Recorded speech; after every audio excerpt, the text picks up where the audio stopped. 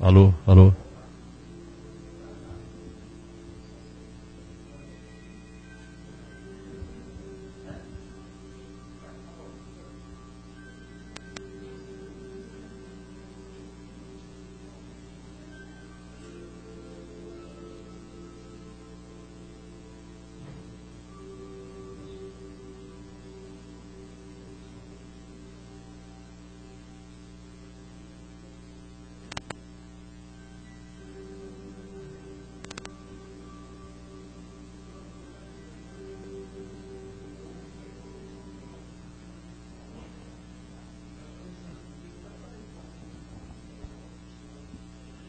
Boa noite a todos, queridos irmãos aqui presentes.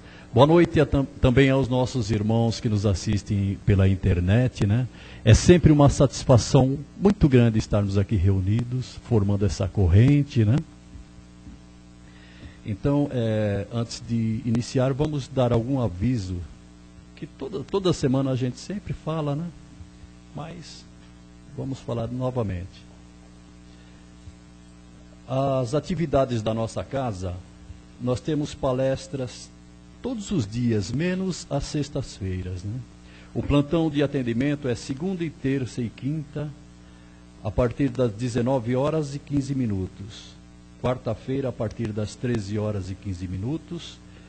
No domingo, às 9 horas e 30. Todo segundo sábado de cada mês é distribuído 60 cestas básicas. E a gente sempre pede para alguém, se quiser cooperar, né, ajudando a gente formalizar essas cestas, né? Então a gente sempre pede aqui, quem puder cooperar. Tem alguns índices aqui que é mais exigido, né? São leite em pó, café, açúcar, arroz, feijão, sal, óleo e outros. E a casa também mantém um trabalho social. A cada 15 dias, aos sábados, após a palestra, é feita uma distribuição de café, leite, chá, suco, sanduíche, para todos aqueles nossos irmãos desabrigados, né, que ficam debaixo dos viadutos, aqui próximo aqui à nossa casa, né? Então, quem quiser ajudar, cooperar, mesmo ajudar na distribuição também, a gente fica muito feliz com a ajuda de todos. Quem não puder, ajuda vibrando. Também é uma grande ajuda. E vamos dar um aviso também, a casa está comemorando 10 anos de existência. Então, no dia 22 de dezembro, na segunda-feira, às 20 horas, estão todos convidados a participar de uma palestra com o tenor Alan Vilches. Não sei se eu li certo aqui, mas deve ser. É uma palestra cantada, né? Tenor. Acho que vai ser muito bonito. Eu vou ter curiosidade, eu vou vir. Então, depois da palestra vai ter um bolo. Bonito. Então, meus queridos irmãos, hoje a palestra ela é direcionada aos nossos irmãos dependentes químicos, né? Tanto encarnados como desencarnados. Então, aqueles nossos irmãos que partiram daqui, desencarnaram ainda na dependência química, eles estão todos aqui no meio de nós hoje procurando ajuda. E aqueles nossos irmãos encarnados também, pode ser que estejam presentes ou à distância, o tratamento feito mediante o passe à distância. Então, a terça-feira é direcionada a todos esses irmãos. Não só a eles, com outros, depressão e outros problemas geral, só que hoje a gente mentaliza mais esses irmãos, a gente forma essa corrente para poder ajudá-los, né, a sair dessa situação triste. Bom, vamos agora nos preparando, né, fechando os nossos olhos físicos por alguns instantes, para que possamos nos concentrar melhor. Vamos elevando os nossos pensamentos a Deus, vamos sentindo a presença do Mestre Jesus no meio de nós.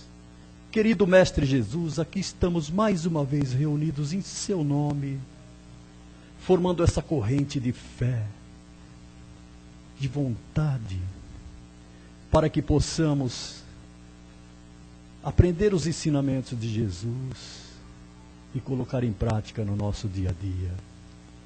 Jesus, ilumina todos nós e que possamos aproveitar a cada momento, prestando bastante atenção na palestra, para que possamos evoluir nessa nossa trajetória.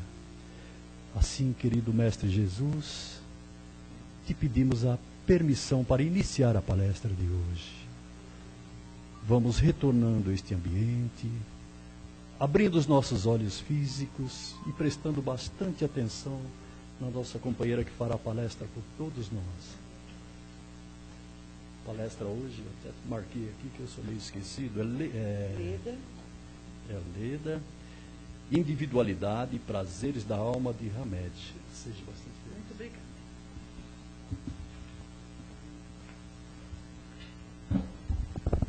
Boa noite a todos, queridos da Casa do Caminho, querida família, né? Formamos uma família da Casa do Caminho. Então, o tema da noite, do livro Prazeres da Alma, individualidade. Individualidade soa com certo toque de egocentrismo, de egoísmo. Como que prazer da alma vai falar de individualidade? Mas a individualidade não é no sentido de eu comigo mesmo, não. É no sentido da minha identidade, de eu me conhecer. Nesse sentido que é exposta o nosso tema da noite. E para eu me conhecer, eu preciso saber quem sou eu. Quem sou eu? Porque eu sou tantas coisas, mas no fundo da minha alma, o que eu sou? Todos são unânimes em dizer, psicologia, doutrinas, enfim, que nós somos uma somatória do consciente e do inconsciente. Isso já dizia Jung, discípulo de Freud, né? O Freud dizia, como psicoterapeuta, ele dizia, passou para seus discípulos, para Jung, que nós somos fruto de uma consciência profunda. Ele nos comparava, assim, a um oceano. Dizia que nós somos um oceano. Por quê? Porque o oceano, ele é sujeito às marés. Então, dependendo da lua, quem vive na praia ou sabe da praia, sabe, tenha consciência de que, dependendo da lua, a maré, ou ela fica mansa, calma, ou ela se agita, ou ela fica mais alta, mais baixa.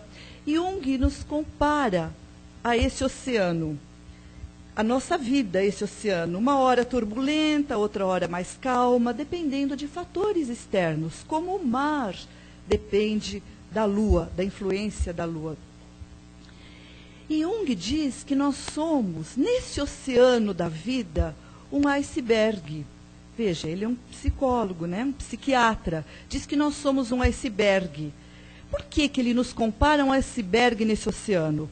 Porque o iceberg, quando nós olhamos o iceberg, nós vemos 5% da sua totalidade. Aquele gelo exposto na superfície do oceano é 5%, porque a parte inferior submersa é 95%. Então nós vemos uma pequena parte. E o Jung nos compara assim, a nossa consciência, o nosso estado consciente, a esse iceberg visível, e o inconsciente, esses 95% invisíveis. Olha que responsabilidade. E ele diz que essas forças do inconsciente, elas trabalham para nós ou contra nós. Depende, ou a favor ou contra nós, a nossa personalidade. E nos fala também de personalidades paralelas, as quais geram conflitos e transtornos neuróticos. Isso, ciência falando, a psicologia. Agora, o que a doutrina espírita nos diz? Né? Ele diz que nós somos essa parte consciente e inconsciente. E a doutrina espírita? A doutrina espírita diz, em outras palavras, a mesma coisa. Nós temos a consciência da vida presente, o Espiritismo diz, e a inconsciência de vidas passadas. Ou seja, passamos pelo esquecimento. A doutrina espírita nos lembra das ideias inatas. Kardec fala na codificação das ideias inatas. São essas ideias que trazemos conosco, que são de vivências transatas, de outras vidas. reações que nós temos, muitas vezes intempestivas, mais calmas, maneiras de analisarmos, de avaliarmos situações. Então, são cargas que trazemos de outras vidas e que no momento, na presente encarnação, na presente vida, elas se encontram submersas, como aqueles 95% do iceberg, porque nós passamos pelo processo do esquecimento nessa presente encarnação e que vez ou outra vem à tona e trazemos de alguma forma, essa reminiscência do passado, na forma de recordações. Jung dizia que esse inconsciente, ele vinha à tona através dos sonhos. Freud e Jung diziam isso, né? Na ciência, na psicologia. A doutrina espírita mostra que vem à tona em determinados momentos. Esse nosso inconsciente, essa nossa vivência passada, ela vem à tona na nossa vida presente, nos nossos atos, ações e atitudes que tomamos. Porque trazemos isso já íncito na nossa alma. Então, nos vem à tona em determinadas situações. Reagimos desta ou daquela maneira, produto de toda aquela aquisição que nós estamos acumulando através de várias experiências reencarnatórias. Então, quando nós dizemos individualidade, no sentido de identidade, nós vamos percebendo que cada um é único. A vida é única. Cada um de nós, espíritos, é único. Olha, até os gêmeos idênticos, univitelíneos, aqueles que saíram da mesma célula materna, que foi dividida, eles são únicos, são diferentes. Os pais podem vestir iguaizinhos. Se é menino, colocar aquela roupinha de marinheiro, o chapéuzinho, o tênis azul combinando. Mas a personalidade é única. Por quê? Porque as experiências são únicas. A carga que eu trago emocional, a vivência passada, é de cada um diferente do outro. E como eu sou único, eu não posso me espelhar no outro.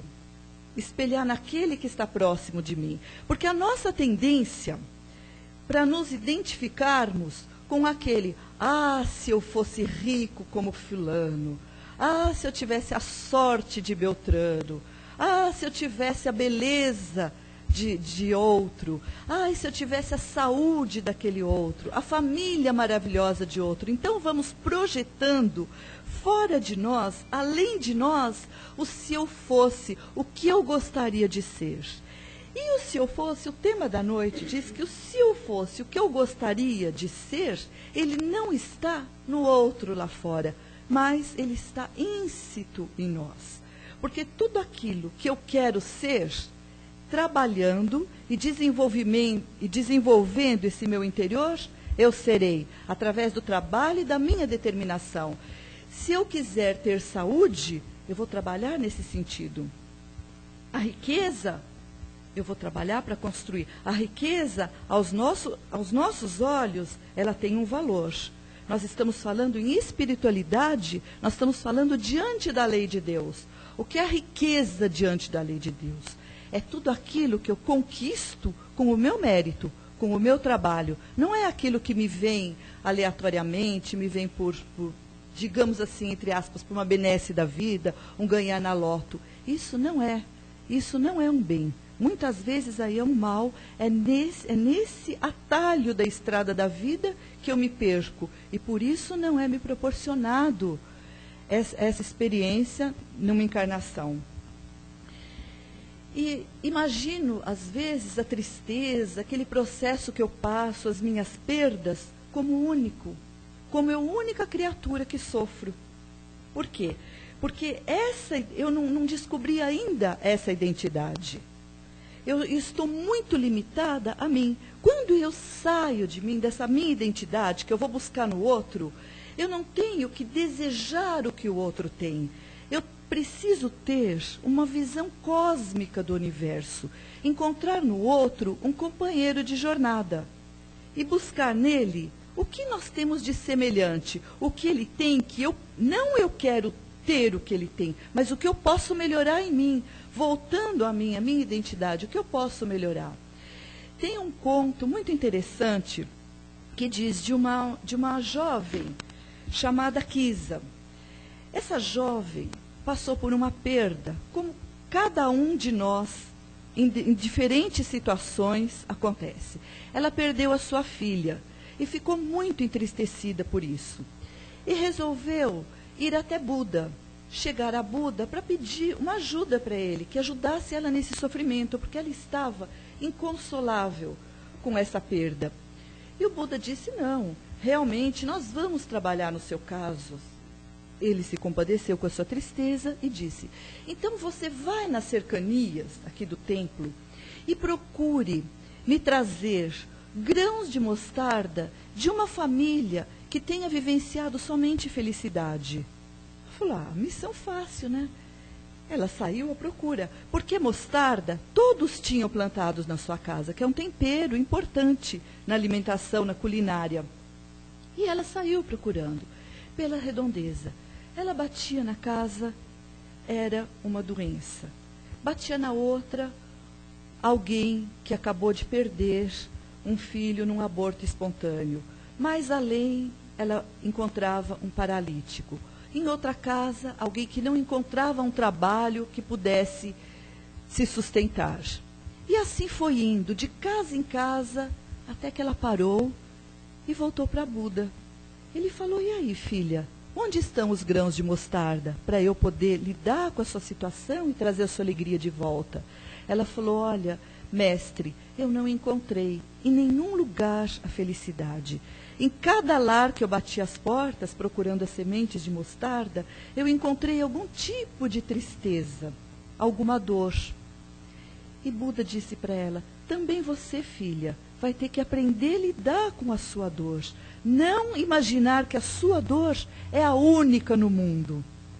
Essa lição que Kisa levou, trouxe, avaliando a sua dor, dando a ela a dimensão que ela tem, sabendo que todos nós passamos de uma forma ou de outra por determinados chamamentos, situações que nos levam a avaliar, a raciocinar, a mudar de comportamento por necessidade.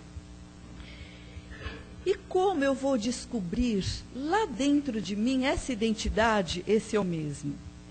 Quando nós somos crianças, pequenos, ou mesmo jovens, adolescentes, porque diz que o espírito, a reencarnação, ela termina de se processar mesmo, o espírito está senhor de si por volta dos 14 anos. Ele passa pela infância espiritual, dependência quase que total dos pais, a juventude, né, a adolescência, é onde o espírito ali, após a adolescência, começa a se libertar. Então, esse eu profundo, o que acontece? Nesses processos, enquanto somos criança, nós somos aquilo que acham que nós somos. Ou seja, os pais. O que os pais incutem nos filhos? Você é um imbecil, você é um ignorante, você não pode, você não estuda, você não. Então eu vou assimilando. Nossa, mas eu não estudo, eu não sou capaz, eu não consigo. Então eu vou sendo isso que passam para mim. Pais e educadores acham de mim, eu começo a achar também. Na adolescência, através dos amigos, do grupo com quem eu ando, eu sou obrigada a assumir, tomar determinadas atitudes para que eu possa ser aceita no grupo. Então, se eu estou perto de companheiros, colegas que bebem, eu vou passar a beber para poder fazer parte da turma. Eu não assumo a minha personalidade enquanto jovem. Se ele fuma, eu vou fumar também para fazer parte desse grupo. Eu vou precisar ter o tênis da moda, ter o celular, enfim. Eu vou deixando de ser eu para ser parte do grupo, uma parte integrante. Então, eu perco a minha identidade, eu não tenho identidade. E a proposta da nossa encarnação, o nosso compromisso reencarnatório, é essa independência, não dessa submissão. Porque como tem esses pais castradores que anulam personalidade de crianças, tem outros pais que ajudam, que incentivam, que que o jovem, o futuro jovem, se acha capaz, se considera um vencedor já desde a infância. Não, você não conseguiu hoje, mas eu tenho certeza que amanhã você vai ser um vencedor, que você vai ser capaz. E educadores também que passam. E jovens que fazem parte de grupos bons. Hoje, aliás, uma grande maioria de jovens maravilhosos, fazendo trabalho social, participando assim intensamente da sociedade, ajudando ao próximo, coisas que não se via tanto no passado como se vê hoje. É que o bem que se faz, ele não aparece muito, porque não tem sucesso, não tem repercussão na mídia. Então, normalmente, é o mal, é o assassino, é o ladrão, é o trombadinha, é o que aparece na mídia. Mas a maioria já está sendo de pessoas boas, comprometidas, trabalhadoras, nesse período de transformação, porque a Terra está passando. Então, a proposta, quando nós reencarnamos, é essa independência espiritual. Ora, o que é essa independência espiritual? É a descoberta da minha identidade. Eu tenho que saber quem eu sou. Eu tenho que buscar esse meu eu interior. Não eu daquilo que me colocaram de fora. Não, mas a minha essência, o que eu sou. E essa essência, ela vai aflorando. Por que eu falei a partir da juventude? Porque o espírito, quando ele reencarna, ele passa pelo esquecimento do passado, nós sabemos, na infância, na adolescência. Aí o espírito começa a tomar conta da sua nova encarnação. Ele começa a ser responsável por tudo. Imaginemos a nossa sociedade, que é uma cópia do plano espiritual, das leis que regem a espiritualidade. Diante da nossa sociedade, se uma criança pratica um ato abominável, ela não é responsável por isso. Normalmente, as leis responsabilizam os pais que não cuidaram bem. Mesmo jovem, até os 16 anos, ele não é responsável legalmente. Diante da espiritualidade, acontece mais ou menos similar a isso. A responsabilidade diante de Deus, primeiro dos pais, continua dos pais na adolescência, né, dando assessoria, retaguarda de que o jovem necessita, mas esse jovem ele não vai ser dependente espiritualmente a vida toda. Ele tem que crescer. Então, a proposta da doutrina espírita é que ele cresça e assuma sua identidade espiritual. Então, para isso, ele tem que dar um sentido existencial para a sua vida. Alguma coisa com fundamento. A sua vida não pode ser só de balada, de brincadeira, de faz de conta. Não, tem que ter um sentido. Como nós falamos desse jovem que vai ver aquele que sofre mais, ajudar aquele que necessita, dar uma mão para ele. Então, esse sentido existencial é que impulsiona a nossa encarnação. O saber que nós estamos vindo de outras vidas e que nós teremos outras ainda. Então, essa visão cósmica, transcendente, sabendo que nosso momento não é aqui agora, não é essa encarnação. Que eu não comecei no berço e vou terminar no túmulo, não. Eu comecei no berço, sim, eu vou terminar no túmulo, sim, a minha vida física. Mas o meu eu espiritual, o meu self, o espírito, ele vai prosseguir. E ele vai prosseguir desse túmulo com tudo aquilo que eu adquiri aqui. Tudo de bom e de mal que eu fiz, eu vou levar, não para o túmulo, mas como uma preparação à lei divina de causa e efeito. Futuramente eu vou trazer na minha carga reencarnatória tudo aquilo que eu fiz de bom e de mal. Então, esse sentido existencial, essa transcendência, me dá aquela garra, a vontade de agir bem, porque eu sei que não vai ficar parado aqui agora, vai continuar, tanto de bom quanto de mal. Então, isso me impulsiona ao bem, atitude positiva diante da vida.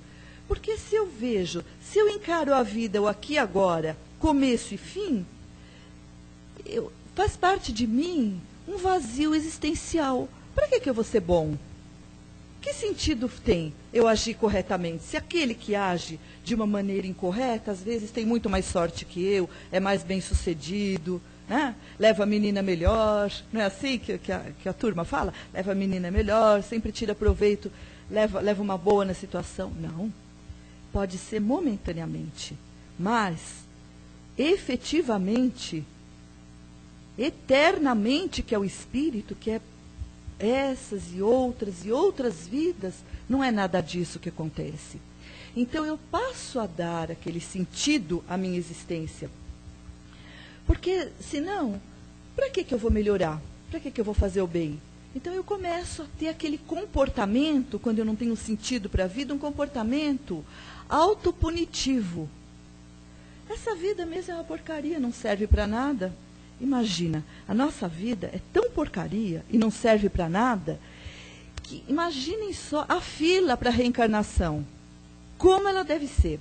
Os espíritos nos contam que para cada um encarnado tem 4 no plano espiritual. De espíritos na psicosfera da Terra, tem 4. Se nós fizermos uma conta assim por cima, para dar uma valorizada na nossa encarnação, nós somos em 6 bilhões na Terra. Porque há muitas moradas na casa do Pai, mas nós estamos falando na nossa morada, planeta Terra. 6 bilhões na Terra. Então, 6 bilhões na Terra, se tem 4 na psicosfera, tem 24 bilhões esperando para a reencarnação. Suponhamos que desses 6 bilhões, 3 sejam mulheres e 3 homens. Então, já vai afunilando um pouco a oportunidade da reencarnação. Dessas 3 bilhões de mulheres, quantas estão em condições de gerar e de receber um espírito para a reencarnação? 1 bilhão? Por aí. Então, olha a nossa conta. Para 24 bilhões esperando para reencarnar na psicosfera, tem 1 bilhão pronto, que tem condição de receber. Então, olha a oportunidade que nós temos da reencarnação. Então, urge que nós possamos aproveitar no momento, não deixar para depois. Porque depois nós vamos entrar, não vai furar fila na espiritualidade. Nós vamos entrar no nosso lugar certinho, aguardar um momento oportuno futuramente. Então, essa oportunidade é maravilhosa. E essa visão cósmica, transcendental, é que dá essa garra, que dá esse sentido existencial que nós precisamos para a nossa identidade. André Luiz nos conta, André Luiz Espírito, né? Psicografia de Chico Xavier, num dos seus livros, que ele diz que aqueles que não dão valor para a vida, são mortos-vivos, eles continuam dessa maneira na espiritualidade. Tem espíritos que desencarnam e continuam dormindo. Dormem, porque não tem sentido na vida. Então não tem ação, continua aquela coisa mórbida, morna. Não tem aquela vontade de viver. E isso nós adquirimos através do quê? Das nossas ações, das nossas atitudes positivas diante da vida, com a vontade de melhora, a vontade de querer recuperar esse tempo que ficou lá atrás, que nós sabemos, né? Lá atrás eu não posso mexer, mas o futuro eu estou mexendo agora, porque o meu futuro está começando aqui. O que eu estou fazendo agora é o que eu vou receber amanhã. Então, quando nós temos essa consciência dessa vida, da eternidade, de várias idas e vindas, nos dá essa vontade de melhora, de viver.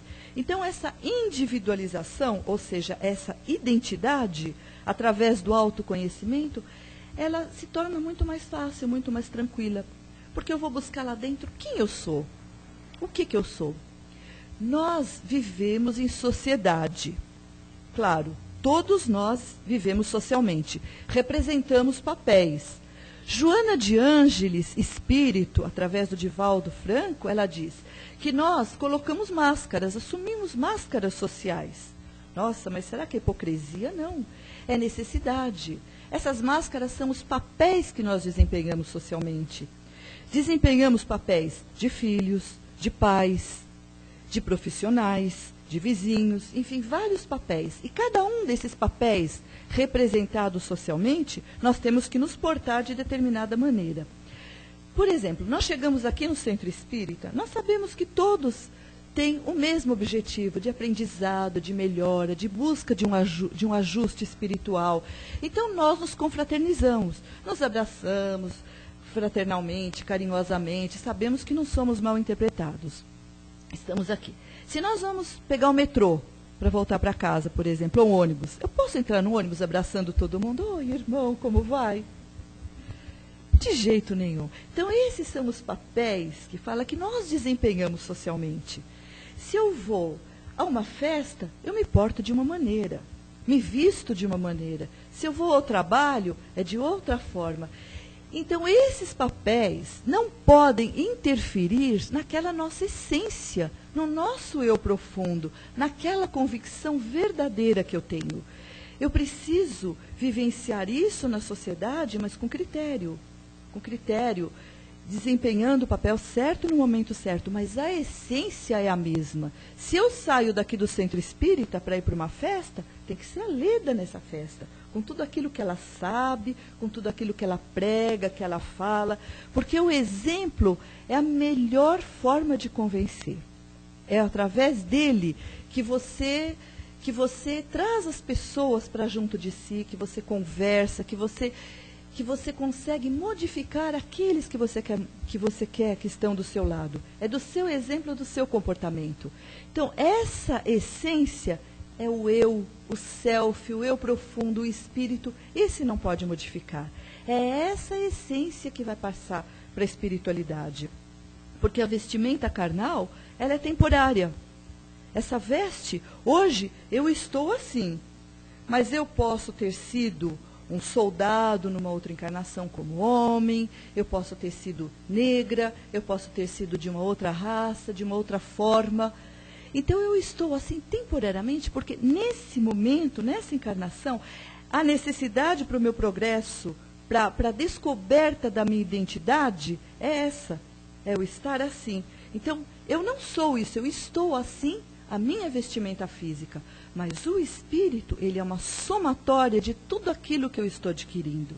Então, esse é o espírito, é o self, é a essência que eu tenho que estar sempre carregando comigo. Então, não existe essa dicotomia corpo-mente. Por quê? O corpo, o que ele é? Ele é um resultado de todo esse processo, essa necessidade que eu tenho no momento da mente como um espírito reencarnante. É esse corpo que eu uso, ele é o abrigo do meu espírito e é temporário. Numa próxima vida, ele com certeza será diferente. Terá as limitações necessárias para o meu progresso ou as melhoras que eu vou precisar também para o meu progresso, sempre para o meu progresso. Então, a gente sempre tem... Eu lembro uma passagem do Evangelho maravilhosa, que nós às vezes nos achamos, por causa de dificuldades que temos, de saúde, enfim, de qualquer tipo, nós achamos que somos infelizes, como aquela moça que foi procurar o Buda, que achou que a tristeza era só sua. Nós temos a tendência de achar que é sempre a pedra cai no nosso telhado. E um exemplo muito... Jesus nos exemplificava de muitas maneiras, através das parábolas, as informações que ele nos passava, das suas histórias, dos seus exemplos, e nos calava a fundo. Um exemplo muito interessante disso é a história do paralítico, o Natanael. É um exemplo que eu sempre gosto de estar colocando, porque ele era um paralítico, paraplégico. Ele não movia as pernas nem os braços. E Jesus pregava na casa de Simão com aquela multidão imensa, apinhada, de doentes, de desesperados, todos, a maioria, querendo a cura do corpo, pedindo para Jesus, outros que tinham ouvido falar, os fariseus, os publicanos, que queriam ver se Jesus caía em contradição. Esses queriam testar Jesus. Mas, enfim, era uma multidão muito grande. E esse paralítico tinha ouvido falar de Jesus.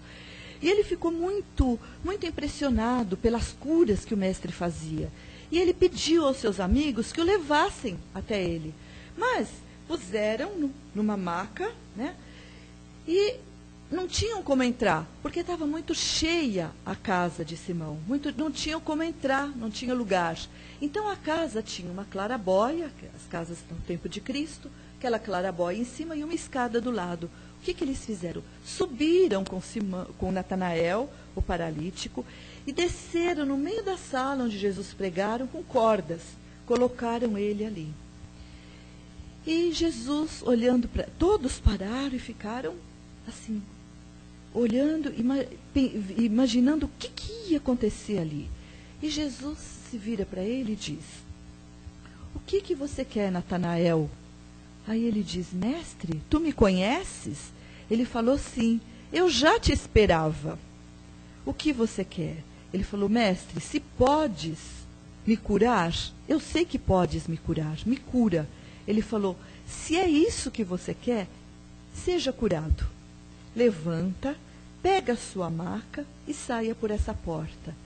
E ele foi sentindo os braços, as pernas, se viu curado. Levantou, pegou a sua maca e saiu, para o espanto de todos, para o espanto geral. Todos presenciando aquela cena maravilhosa de Jesus. O Evangelho para por aí. Futuramente, através da psicografia do Divaldo Pereira Franco, Amália Rodrigues, espírito, vem nos contar o que sucedeu com esse paralítico do Evangelho de Jesus.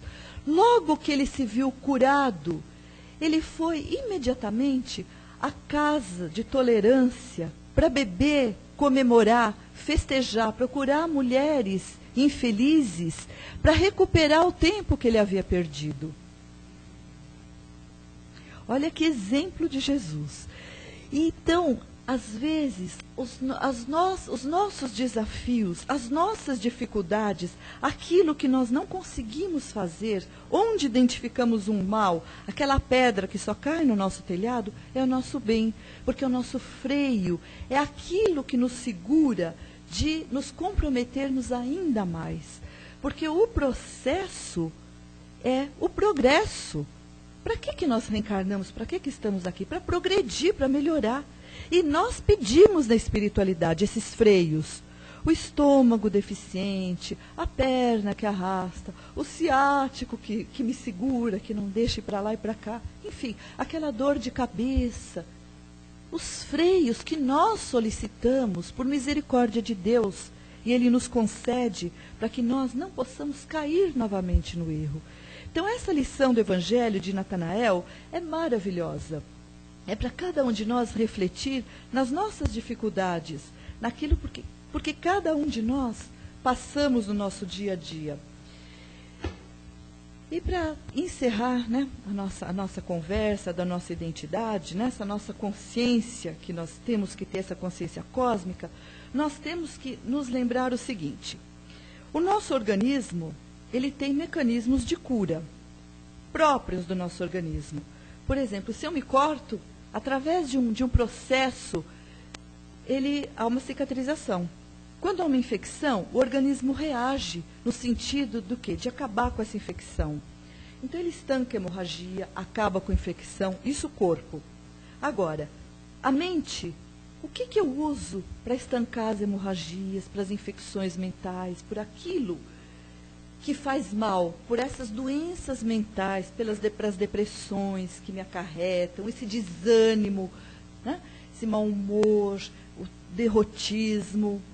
O que eu uso? Que isso vem do espírito, que nós sabemos que são doenças da alma, né? Aí não tem um curativo, não tem um remédio, não tem um analgésico, não tem um anti-inflamatório que eu posso tomar pela boca. Isso vem do espírito da mente, para essas enfermidades mentais. A neurolinguística, ciência, nos dá uma direção, isso é científico, uma reprogramação na nossa mente. Como que eu vou reprogramar a minha mente? Pensando diferente, deixando aquele derrotismo de lado.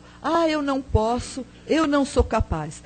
Cada vez que eu envio uma mensagem dessa para o universo, porque nós já conhecemos o universo, nós sabemos que não é só aqui na Terra. O pensamento, quando eu emito para o universo. E esse pensamento que eu emito, ele encontra guarida em algum lugar do universo. E de onde ele se conecta, ele me manda a resposta. Então, eu envio e recebo de volta. Causa e efeito, ação e reação.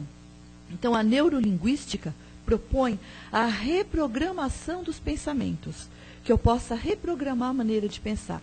Em vez de um derrotismo, eu pensar positivo. Aquilo que eu vou fazer não é o que eu não consegui. Porque o que eu não consegui lá atrás, eu posso conseguir na frente, querendo e agindo. Jesus não dizia, vós sois deuses, podeis fazer o que eu faço e muito mais. Então, tudo com a força, com a nossa força mental, com essa nossa vontade, com a nossa determinação, a nossa consciência cósmica, de que nada vai acabar por aqui. É uma passagem, um tempo curto que nós estamos tendo. Então, reprogramar essa nossa mente, essa coisa, o que está adoecido dentro de nós, de pessimismo, de falta de vontade, modificar esse mecanismo para um otimismo, para uma vontade, reprogramando. Porque tudo aquilo que eu falo com convicção, penso primeiro.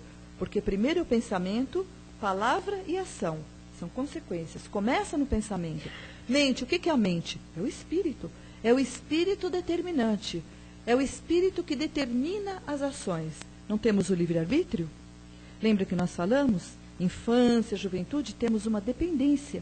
Depois nós nos tornamos independentes e responsáveis. Então, a ciência nos dá esse caminho. Sermos responsáveis. O que nós queremos para nós? O mal? Por quê?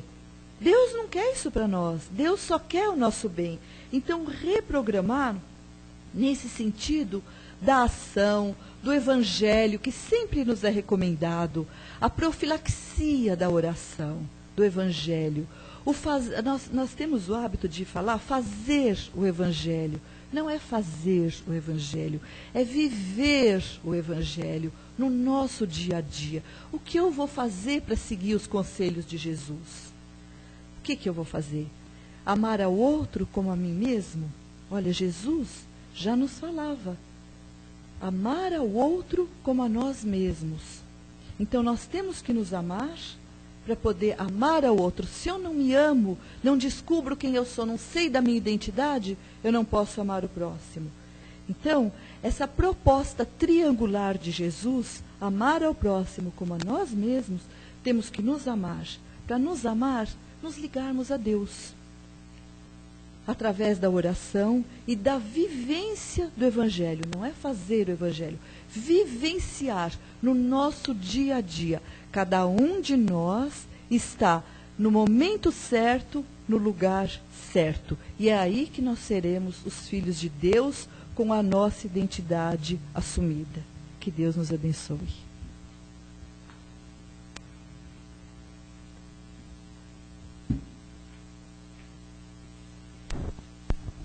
Agora é a hora de participarmos, né, da reunião com as perguntas, colocações. Quem quiser fazer alguma pergunta, é só levantar a mão. É um de cada vez, como diz o Silvio.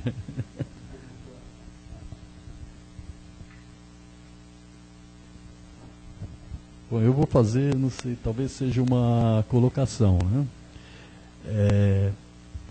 Para a gente se fortificar espiritualmente, começar desde o alicerce com as nossas crianças, né? Seria interessante nós, os jovens agora, futuros pais, né? Que eu já passei essa fase, e agora sou avô, né? Então era muito importante que as crianças, desde pequeno, os pais encaminhassem para uma religiosidade, seja qual for.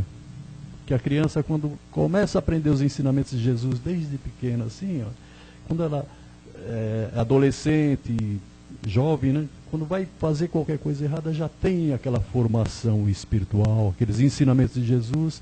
Não vou dizer que não vai praticar coisas erradas, né, mas tem uma chance maior de viver espiritualmente bem melhor. A gente fala, né, praticar coisas erradas, né? O acerto e erro faz parte do nosso crescimento. O acerto, ele é feito como? Através do erro. Eu errei lá atrás, eu acerto lá na frente. É aquela dicotomia, né? A dualidade que nós temos. O claro, o escuro, o bom e o mal, o acerto e o erro. Errar não é um problema. O problema é eu transformar o erro no acerto. Esse que é o pulo do gato que a gente fala, né? O pulo do gato é transformar o erro no acerto. É compreender que importante não é. Quem nunca errou? Quem nunca errou? Cada um de nós, em algum momento, passou por um problema, por um processo difícil. O importante é você continuar e acertar ali na frente. Muito bem. Por isso que existe o sofrimento, né? Claro, Por isso que claro.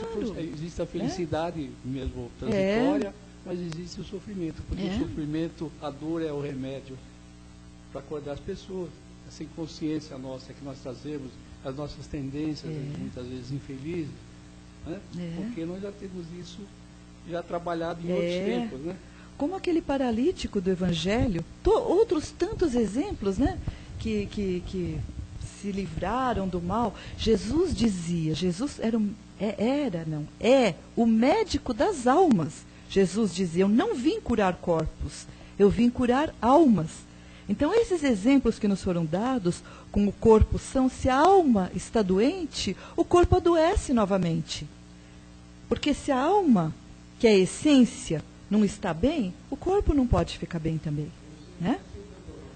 Do paralítico, pois é, foi se comprometer mais ainda, assim que ficou bom, porque a essência dele não estava boa, né? Então, a hora que ele se viu bem saudável, ele foi novamente cair no erro, né? Pois é. Então, Leda, a individualidade, né? A gente vê muito hoje a juventude, ela busca os agrupamentos, né, para serem iguais. Eles saem que nem um bando, né? Um monte de boizinho, um atrás do outro, né? Infelizmente, alguns, né? E eles pedem essa individualidade porque eles querem ser iguais àquele companheirinho que está lá. E de repente se perdem, né? No mundo de drogas, de vícios, né? Que a gente sabe quanto está doloroso isso hoje em dia para nós, né? Para a nossa meninada que está aí. Então a gente fica assim muito triste nesse sentido. De eles, ao invés de buscarem dentro de si essa individualidade que eles trazem dentro deles, né, de vivências passadas, e eles buscam no outro essa sustentação no jovem que está lá fazendo as coisas ruins, e eles querem fazer igual para ser igual ao bando que estão junto. E é muito doloroso e triste tudo isso, né? E dificulta o processo, né, Sandra? Porque não que não tenha jeito, tudo tem jeito, tudo a gente sabe, só que demora mais. Em vez de você seguir uma estrada reta, você pega um atalho espinhoso, você tropeça, você cai, você dá volta, vai, volta, até voltar naquele ponto de partida. Porque a dor não é necessária, né? A dor só é necessária quando a gente está cometendo esses erros que a gente está cometendo, né? Porque ninguém nasceu para ser feliz, né? Deus criou todo mundo perfeito, maravilhoso, né? E a gente que faz. Ele, inclusive, fala no livro, né? Que nós somos criados simples e ignorantes, né? Simples, todos iguais, diante de Deus. Aí, depende do que nós fazemos, é que aí que vem a dor, que é o aprendizado, né? Infelizmente. A dor é a consequência, né? Não a causa.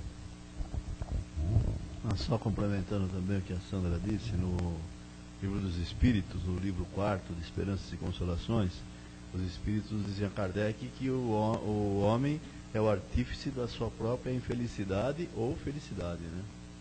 Depende de nós, né? Nossa individualidade.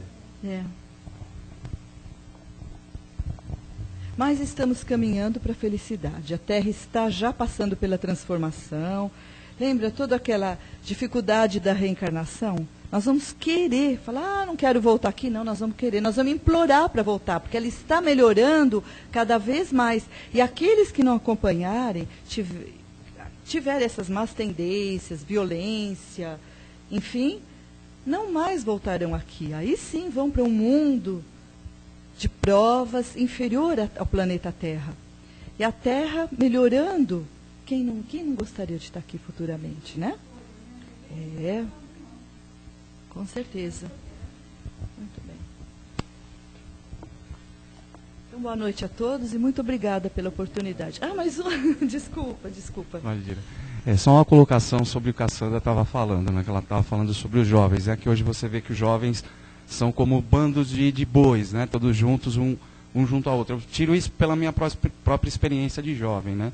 Então, eu acho que isso ocorre muito porque o jovem ele não consegue identificar as emoções que ele está sentindo. Que é até uma coisa que a Joana de Ângeles coloca no Despertar do Espírito, né? Um livro dela que é o Despertar do Espírito, que ela fala que uma das maneiras da gente tentar se conhecer é isso, né? Na hora que você está sentindo uma emoção, sentindo alguma coisa, você parar e falar, por que eu estou sentindo isso? Seja raiva, seja amor, o que for. Então, aí você começa a se conhecer. É uma maneira, é um treino para você começar a se conhecer. Claro. Eu acho que é importante, né? Você parar, na hora que você está sentindo alguma coisa, às vezes a gente passa por ela e nem nem para não pra, vivencia pra, a emoção, não vivencia, passa não por vivencia, cima, né? E elas né? têm que ser vivenciadas, né? É que nem nós dissemos, né? A infância, você passa de uma determinada maneira. Você é submisso, você tem que obedecer.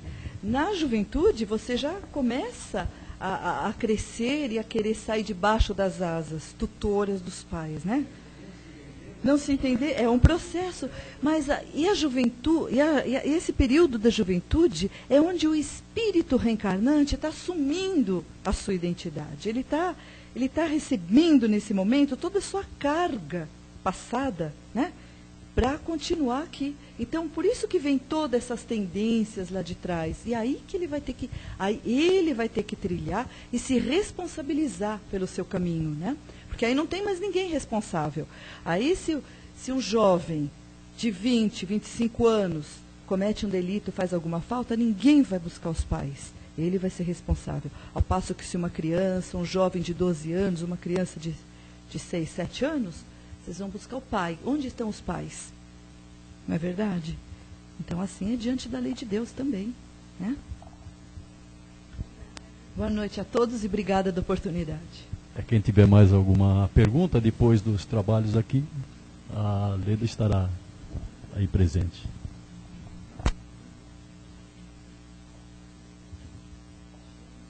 Bom, queridos irmãos, até agora recebemos muito, né? Chegou o momento da gente dividir tudo que recebemos, nosso amor, o nosso afeto, o nosso carinho, com todos os nossos irmãos que necessitarem de auxílio neste momento. Vamos novamente nos tranquilizando, elevando os nossos pensamentos a Deus e vamos caminhar juntamente com Jesus por todos os lugares onde lá encontra aquele nosso irmão que tanto necessita. Vamos pelas ruas do nosso país, debaixo de viadutos, onde lá encontra aquele nosso irmãozinho desabrigado, passando fome e frio. Muitos deles tomados pelos vícios. Vamos abraçar a cada um deste irmão.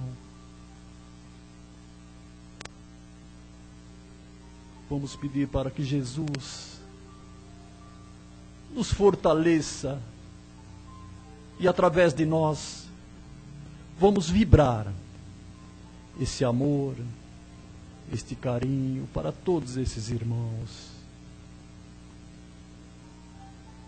Que esses irmãos estejam neste momento receptivos, pensando um pouquinho em Deus, em Jesus.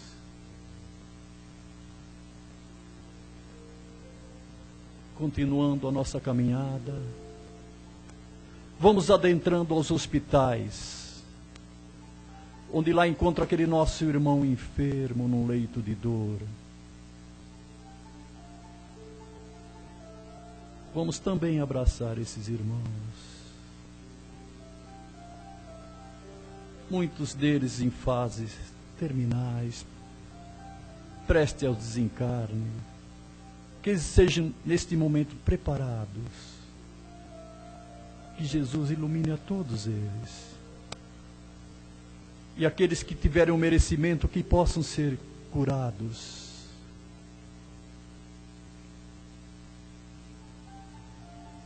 Continuando a nossa caminhada, vamos adentrando todos os lares e levando essas nossas vibrações de amor, de paz, de união.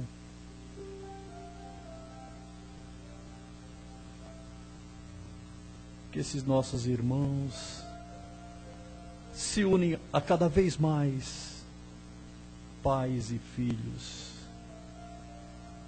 que possam sempre estarem com o pensamento ligado a Jesus. A cada momento difíceis que passamos, vamos também lembrar que esta força maior está sempre presente a nosso lado. Jesus, esse irmão que nos inspira a amar-vos uns aos outros. Nos inspira a praticar a caridade. Que esses nossos lares recebam também todas essas nossas vibrações. Vamos nesse momento lembrar de um parente, de um amigo, que sabemos que necessita de auxílio neste momento. Que essas nossas vibrações cheguem até eles. E através do nosso amor, do nosso carinho, desta corrente de união, de força, esses irmãos possam ser iluminados por Jesus.